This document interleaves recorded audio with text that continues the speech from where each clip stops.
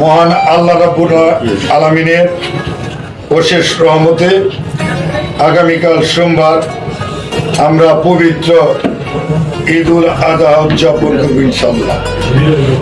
ধর্ম বর্ণ নির্বিশেষে সবাইকে জানাই পবিত্র ঈদুল আজহার শুভেচ্ছা। ঈদ মুবারক। কুরবানি শব্দের অর্থ ত্যাগ, উৎসর্গ ও আল্লাহর নৈকট্য লাভ। আল্লাহ পাকের সন্তুষ্টির জন্য প্রতি বছরই আমরা কুরবানি করে থাকি। কুরবানি মানুষকে ত্যাগের শিক্ষা দেয়।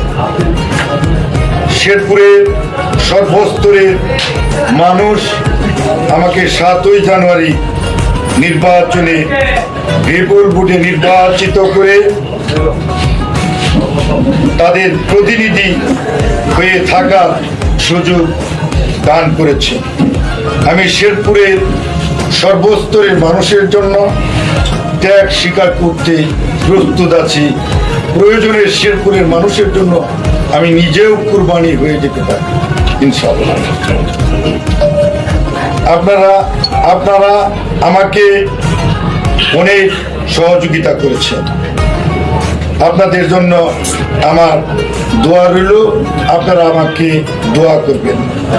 মাননীয় প্রধানমন্ত্রী বঙ্গবন্ধুর কন্যা শেখ হাসিনার জন্য আপনারা দোয়া করবেন।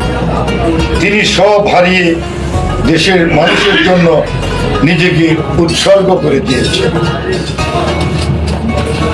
তাই আসুন আমরা সবাই মিলে অসহায় মানুষের পাশে দাঁড়াই। ঈদের আনন্দকে আমরা সকলেই ভাগাভাগি করে নিই।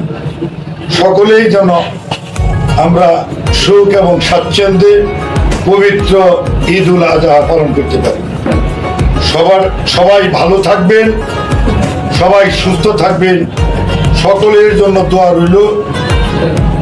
সকলকে জানাই ঈদুল আজহার শুভেচ্ছা।